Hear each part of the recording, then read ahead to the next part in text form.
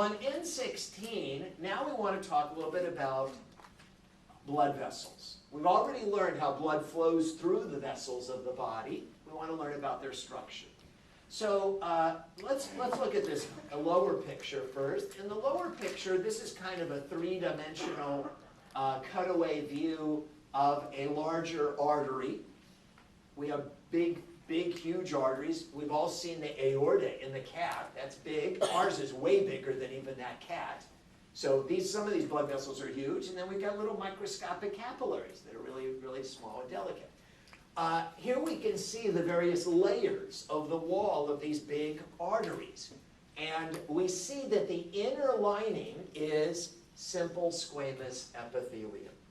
That's the very same tissue that forms the inner lining of the heart, the endocardium of the heart. So the inner lining of the heart, the inner lining of all blood vessels is simple squamous epithelium. And in case of a capillary, that's all there is simple squamous epithelium. Then there's the middle layers that we're going to be telling you about, and there's an outer layer. I also want to draw your attention to something in this picture. Right here on the lower right,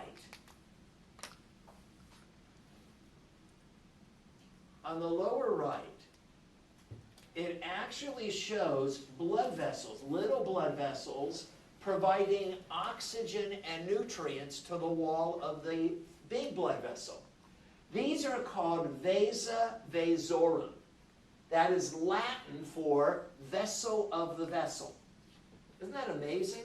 So even, not only does our heart muscle have its own blood supply, its own blood vessels, but even the wall of the big arteries and veins have smaller vessels to provide them with oxygen and nutrients. Because this is all made up of cells. Every part of our body is made up of cells. I repeat that periodically because it's hard for us to think of that. It's possible, but it's true. Okay, so in the top picture on N16, this is a cross-section through a larger artery or vein. And the opening through which the blood is flowing is called the lumen, the passageway, the opening. Here's the lumen here. We use that very same term lumen for the opening in the intestine, where food moves through the opening of the intestine, the lumen.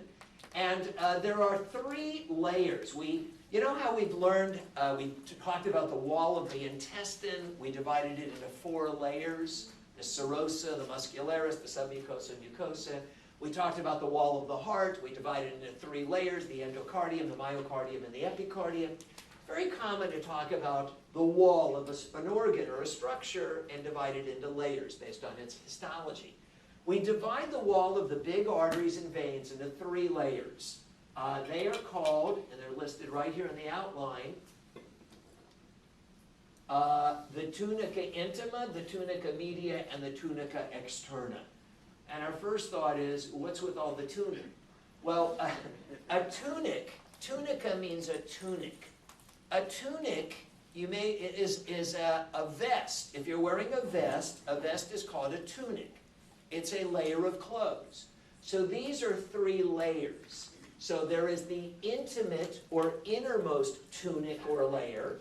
There's the middle media layer, and there's the externa, the outer layer or tunic. So the inner layer is always, as I wrote, simple squamous epithelium. So the tunica intima, right here is always simple squamous epithelium. Always. No exceptions to that. As far as the tunica externa, the outer layer, that's always fibrous connective tissue. And that just means it's fibroblasts and collagen. Yeah, it's got vessels and stuff, you're right. The tunica media, the middle layer, the tunica media or middle layer, we wrote is elastic connective tissue and smooth muscle, visceral smooth muscle. Now this is the layer that changes quite a bit. Depending upon the type of blood vessel, it may be mostly elastic connective tissue, very flexible, or it may be mostly visceral smooth muscle, or it may be a combination. So this middle layer does tend to vary. Let's look on the next page, N17. And on N17 at the top, this is showing the different kinds of blood vessels in our body. Incidentally, all of this is in your lab manual. This is exercise 24, and it says microscopic structure of the blood vessels. Anyhow, this is showing a kind of three-dimensional view of a vein. We'll tell you more about that. And here it's showing a large artery. The large arteries in our body are commonly called elastic arteries because that tunica media layer, the middle layer, is mostly elastic connective tissue. The small arteries are called arterioles, little arteries. And they're commonly called muscular arterioles because, and I wrote that right here, muscular arterioles, because that middle layer is mostly visceral smooth muscle. Remember I said that the area where they tend to differ the most is that middle layer. Now at the very top, a capillary, which are the smallest of all the blood vessels, all they are is simple squamous epithelium. There is no three layers. There's just the tunica intima of simple squamous epithelium. So we wrote elastic arteries. They have a lot of elastic connective tissue. This is what our big arteries are, like our aorta. The aorta has elastic connective tissue. It doesn't really have visceral smooth muscle. And therefore, the aorta cannot constrict or dilate. It doesn't change its size. It's big and it's flexible, and it doesn't really have muscle to constrict or dilate. Then there are the muscular arterioles. And the arterioles are the little arteries, and they're commonly called muscular because they have a lot of visceral smooth muscle in the middle layer, the tunica media. They are innervated, the visceral muscle is innervated, supplied by autonomic motor neurons. And those autonomic motor neurons can activate the visceral muscle to contract. And when the visceral muscle contracts, it contracts, and the arteriole gets narrower, constricted. That's called arteriolar vasoconstriction. Is that new information? Have we ever mentioned that blood vessels can constrict before because of the muscle contracting? Yeah. Many places. We first talked about it on page F1. But where you can see it the most readily is H17, when we talked about visceral smooth muscle. And we told you that because there's visceral smooth muscle in the walls of blood vessels, it's called vasoconstriction. And there's visceral smooth muscle in the walls of airways, that's called bronchoconstriction. It's on H17. Don't believe me? Look, it's right in your notes. You wrote it. You needed to know it for the last exam. Now, why would the blood vessels constrict or dilate? Obviously, if the muscle relaxes, it goes in the reverse direction and it dilates, vasodilation. By constricting or dilating these muscular arterioles, that's what controls how much oxygenated blood is flowing to different parts of our body. Now, you might just ask, well, why don't we just keep all of these arteries wide open? Then we'll get the most amount of blood always flowing to them. Because we can't do it. You'd say, well, why not? Well, let's just dilate all the vessels and then they'll all be dilated. Here's the problem. We have 60,000 miles of blood vessels. We have somewhere between 5 and 6 quarts of blood. 5 to 6 quarts of blood, or liters of blood, cannot fill 60,000 miles of vessels. So at any moment in time, we have to control where do we most need that blood to flow, and where do we want to increase the flow of blood, where could we reduce the flow of blood. Right now, you're not walking. You're not using your leg muscles at this moment.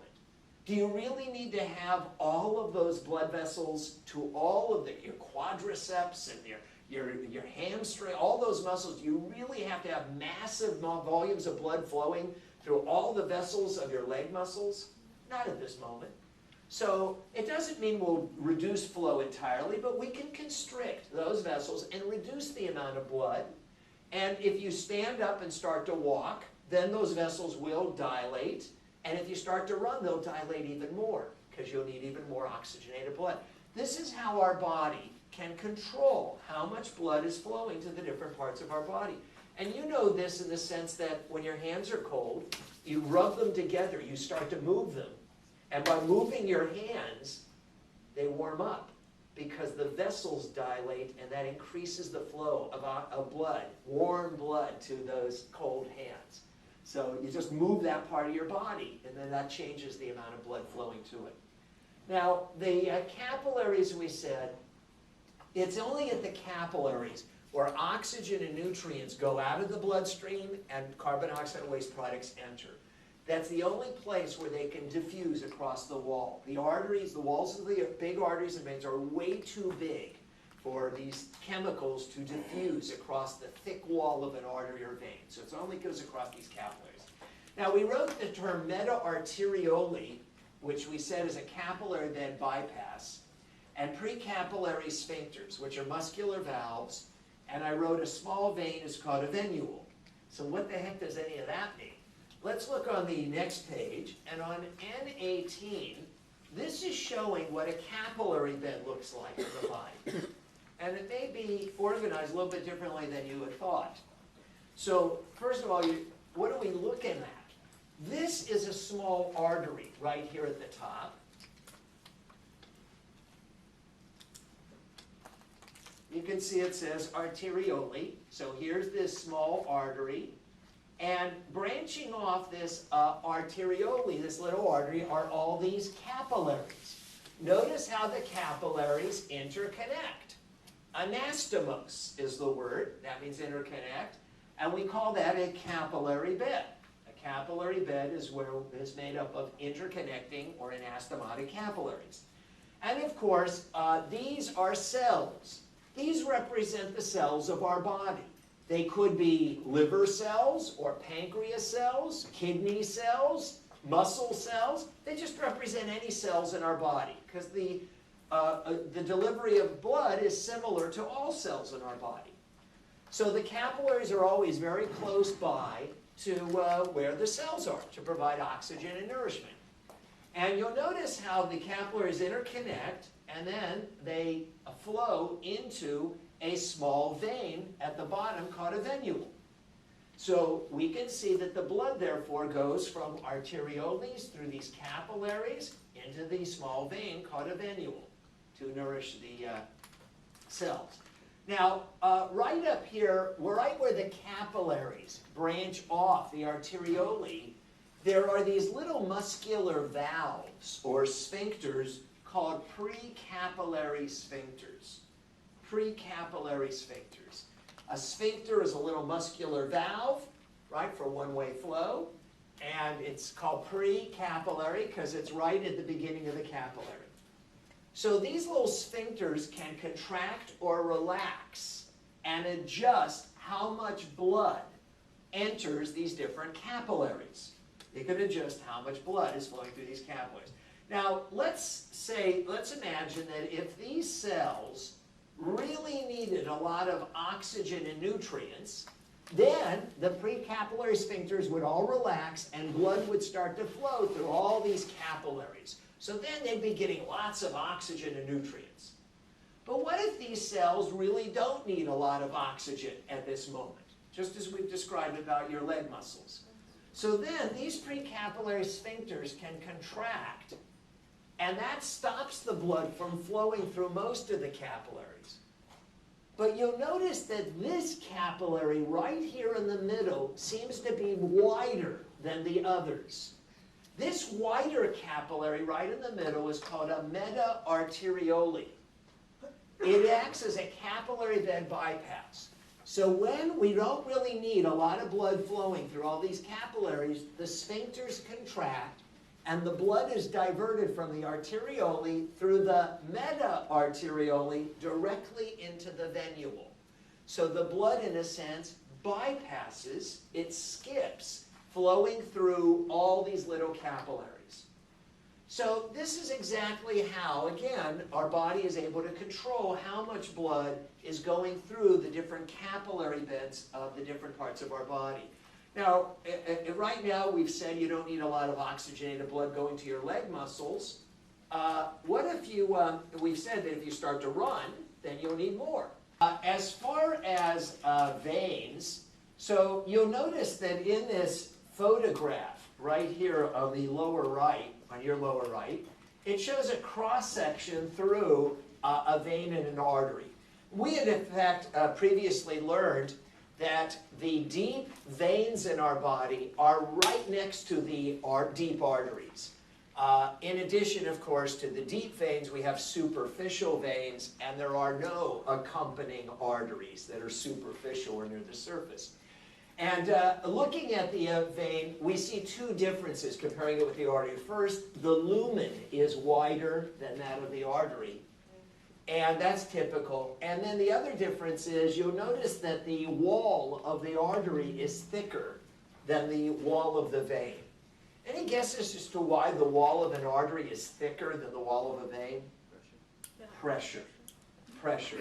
The blood pressure in an artery is up around 100 millimeters of mercury. Don't worry about that. You'll learn that in physiology.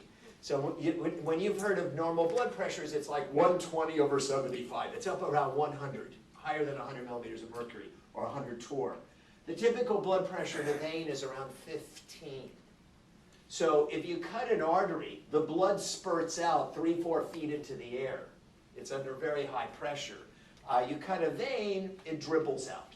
So it's a big difference as far as the pressure. So the wall of the artery is much thicker and stronger than the wall of the vein because of the difference in pressure.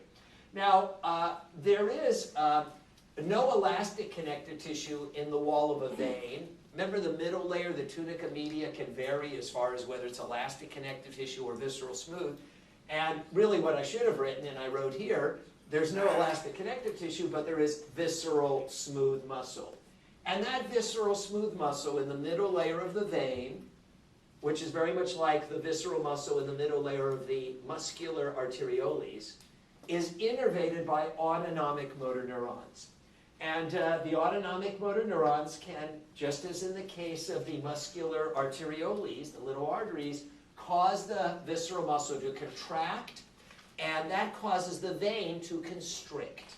Interestingly, when a vein constricts, that's called venoconstriction. I know it kind of sounds like it has to do with drinking wine, but it's called venoconstriction as opposed to the constriction of an artery called vasoconstriction.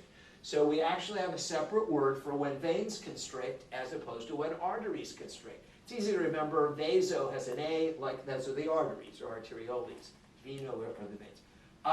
Now, there's another unique characteristic about veins. Many of the veins, especially the superficial veins, have valves in them to prevent the blood from going backwards. And this is shown on page N19, the very next page. So on N19, we can see a cutaway view of a vein, and we see it's got valves here that prevent the blood from going backwards. Now, there are no valves in arteries. So why do we need valves in veins? Why do you think? Pressure. No, it's low pressure. You see, the pressure in an artery, we said, is really high. So it's not likely that the blood's going to start going in the opposite direction. But the pressure in a vein is very low. Think about this. We have veins in our legs. And the blood's is carried in veins to the heart, right? Arteries carry blood away from the heart, veins to the heart. So here's the blood coming up the veins of our legs, heading towards the heart. But gravity is pulling everything down. And that gravitational pull is almost as strong as the blood pressure in a vein because it's so low. So if you didn't have these valves, the blood, in fact, would tend to just collect in your feet. But the valves at least prevent it from going backwards. So now it can only go forward towards the heart. The valves close and prevent it from going backwards. Now, the next thing that's listed are venous sinuses. I've used that term before. This is a term, there's some veins in our body that have a very, very thin wall. More precisely, they have no tunica media. So that we know that what's in that middle layer is either elastic connective tissue or visceral smooth muscle, one or the other or both, and they don't have either. They don't have a tunica media. They have the intima of simple squamous epithelium, they have the externa of fibrous connective tissue, but they are missing that middle layer. That makes them very thin-walled. Now, most veins have the 3 layers. Those veins that don't are called venous sinuses or sinuses. Where have we seen that term? Most recently, the coronary sinus. That big vein on the back side of the heart, as we saw back on page N12, there was this big vein on the back side of the heart called the coronary sinus. It wasn't called a vein because it's very, very thin-walled. We also have these thin-walled veins in our skull, in our head, and these are called craniovenous sinuses. Let me be more precise. A long time ago, when we were learning about the skull, we found the jugular foramen and the groove for the sigmoid sinus. That was called sigmoid sinus. That's a vein, but we use the word sinus because it had a very thin wall. And there's also hepatic sinuses, thin-walled veins in your liver. Hepatic means liver. So when you see that word, venous sinus, it's just referring to anatomically, structurally, a very thin-walled vein. For some reason, some of the veins are that way. Okay, we come to pathologies and disorders of blood vessels. What is arteriosclerosis? What is atherosclerosis? It's very common for people to use these words interchangeably, even doctors, but they're really 2 different things. Arteriosclerosis literally means hardening of the arteries. Remember, sclero means hard? The part of embryologically, the layer that becomes your vertebral column was called the sclerotome of the paraxial mesoderm. Hardening of the arteries. This is when the walls of our arteries have, as they get older, more and more scar tissue forms in the walls of the arteries, making them more rigid, less flexible. So healthy young arteries, remember the big arteries like our aorta are flexible, elastic, but as we get older, everything in our body becomes stiffer, less flexible, including our arteries. So that's called arteriosclerosis. That's considered part of just getting older. That's not pathological. We all get older. But atherosclerosis is considered a pathology, a disease. This is the buildup of cholesterol and fat, plaque, on the inner walls of the arteries. And as a result, the lumen, the opening, the passageway becomes more and more stenotic or narrowed. So less and less blood can flow. This is what happens in coronary artery disease, and we've already learned how that increases our risk of angina pectoris and myocardial infarction. It is also believed to be the major cause of high blood pressure or hypertension, this buildup of atherosclerotic plaque. You said it was genetic? Genetics affects everything, always. And then it's also affected by what we eat. If you're eating foods high in cholesterol and saturated fats, then you're certainly not helping yourself. And if your genetics also make you predisposed to this, you're in big trouble. So now there are people who eat everything right and still have high cholesterol, then it's genetic. But there's other people where it's what they eat. So obviously what doctors do, we can't fix the genetic part, but you can try to adjust how you eat. And then people take medications like Lipitor, which works through a particular mechanism to reduce cholesterol in our body. Okay, so that's the importance of atherosclerosis. What is an aneurysm? An aneurysm is a bulging weak spot in the wall of a blood vessel, like in the wall of an artery. And it's really a time bomb waiting to happen, because it's only a matter of time where you have this bulging weak spot in the wall of the artery before it bursts. And when it bursts, then you're going to get hemorrhaging or bleeding. So that's what an aneurysm is. Now, you'd say, okay, so what causes it? Again, probably genetics, or the vessel just didn't develop properly during fetal development. Don't confuse an aneurysm, which is a bulging weak spot in the wall of a blood vessel, with diverticulosis, which is a bulging weak spot in the wall of the intestine. There's a lot of problems. You know, you can't confuse a gallstone with a kidney stone. So these are just all different problems. Now, how you can diagnose an aneurysm is with an angiogram.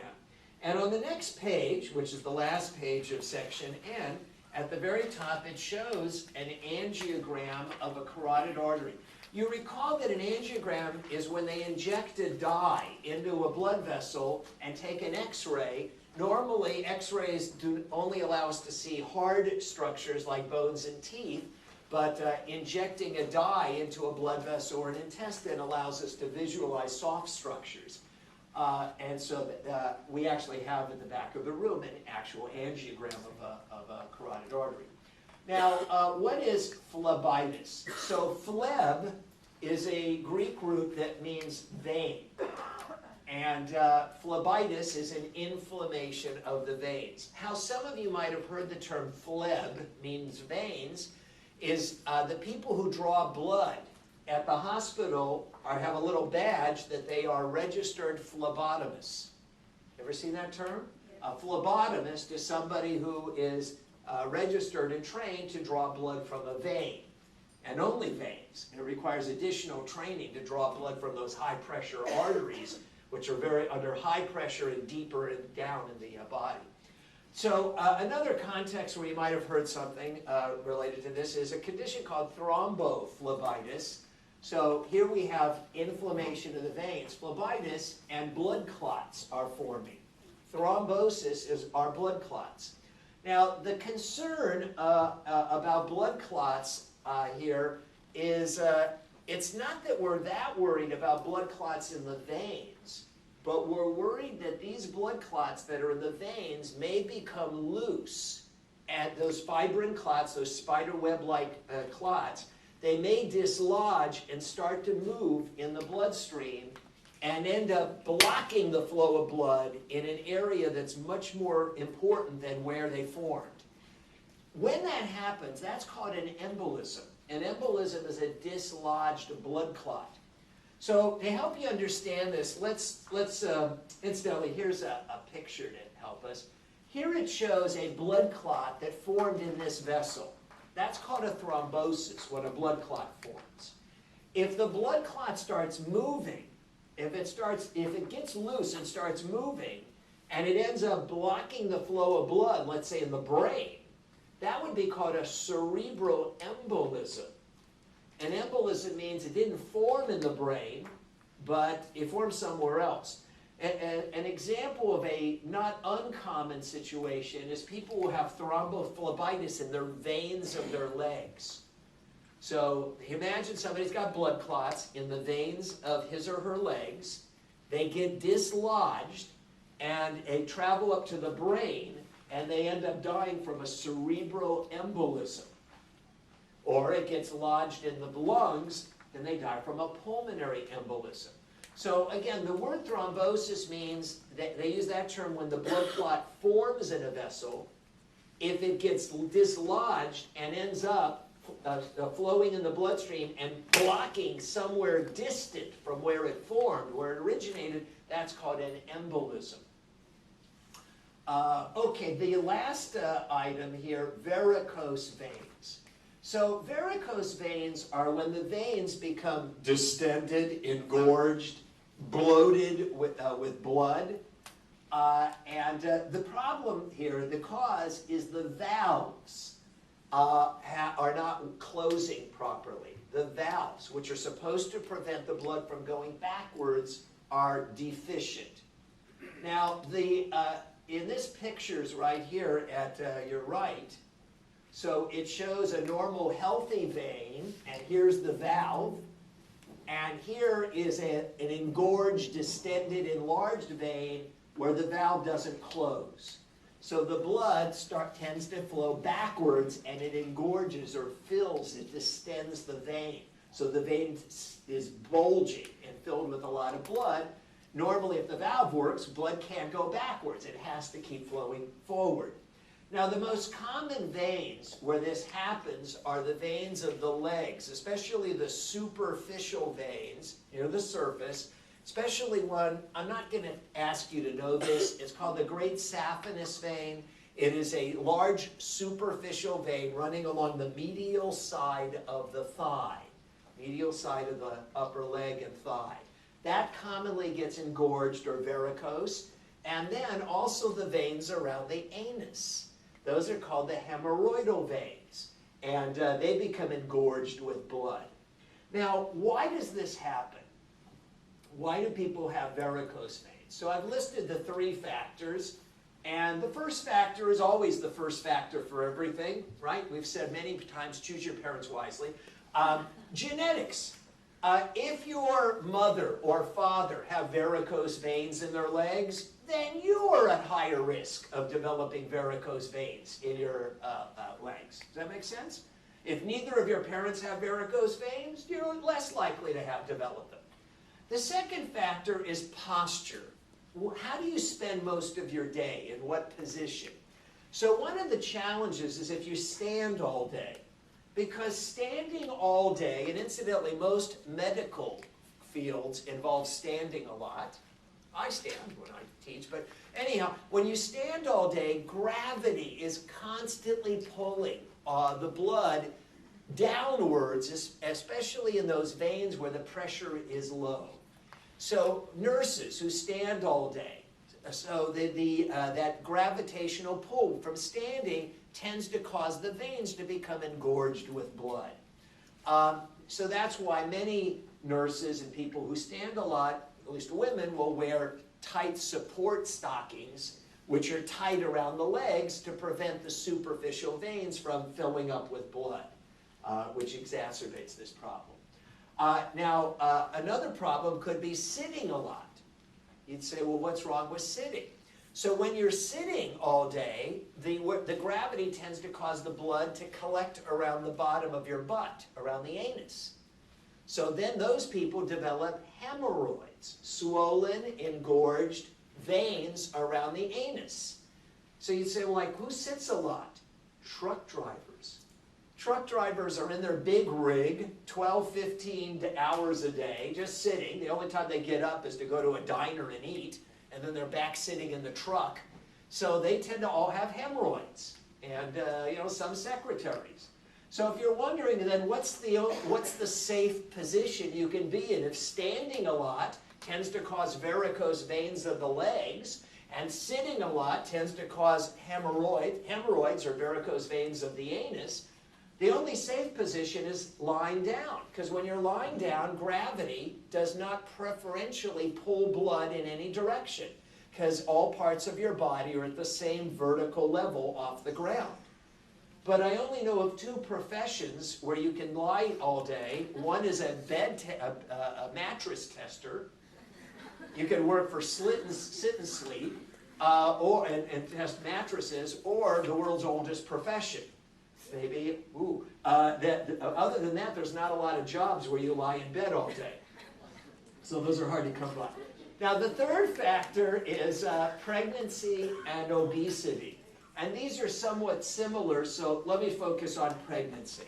So when a woman is pregnant and that baby is growing inside her, it's getting bigger and bigger, and especially in those last month or so, the baby is so big, its weight is pushing against all the organs in her body. It's pushing against her large intestine, against her urinary bladder, and it's compressing and pushing against the big blood vessels, including the inferior vena cava. So the pressure, the weight of the baby is just pushing against all these organs and blood vessels, slowing down the flow of blood back to the heart. So women who are pregnant, especially near the end of their pregnancy, almost all of them start to notice the veins in their legs are getting enlarged. They're developing varicose veins in their legs. And most women will also develop hemorrhoids, enlarged veins around the anal area because of the baby just compressing and putting pressure in the pelvic area, which slows down the normal flow of blood. Now, the good news is that after the woman gives birth, if she did develop hemorrhoids, they go away. But the varicose veins of the legs never quite return back to normal. So if one's mother has varicose veins in the legs, and you ask your mother, like, when did you develop them? She'll say, when I had you. That's what she'll say. That's what caused it. And it'll get better after the birth, but it never quite looks the way it did before birth. So anyhow, that's what varicose veins are.